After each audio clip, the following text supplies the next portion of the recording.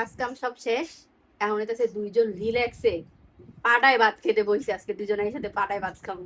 পাটায় ভাত খেতে আমার অনেক ভালো লাগে।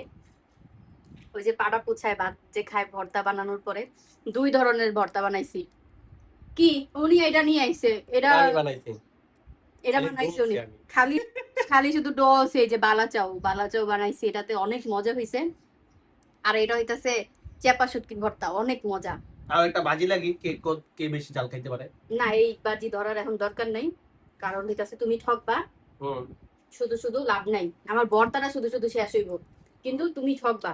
হুম স্বপ্ন। হ্যাঁ, বালাচাটা অসাধারণ হয়েছে। কেমন লাগতেছে পাড়ায় ভাত খেতে কও? পাড়ায় তো ভাত খেয়ে অনেক আগের থেকে আমার বইনে খাওয়াইতো আগে। হুম।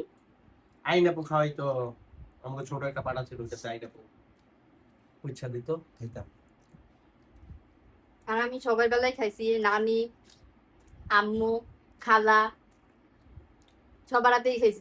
বাড়ায় মাইখা ভর্তা বানানো শেষ হইলে পাড়া মাইখা লেবুটা অস্থির। হুম, পাড়ায় মাখতো ভাত পরে দিত, যেরকম এদিকে করে একবারে লবণ খাইলাম লাগিত। সব, হুম। রাইতের লেগে আবার তুমি সবসময় খালি এডি করো। তুমি খাইতে পারলে খাও। আল্লাহ হাফেজ।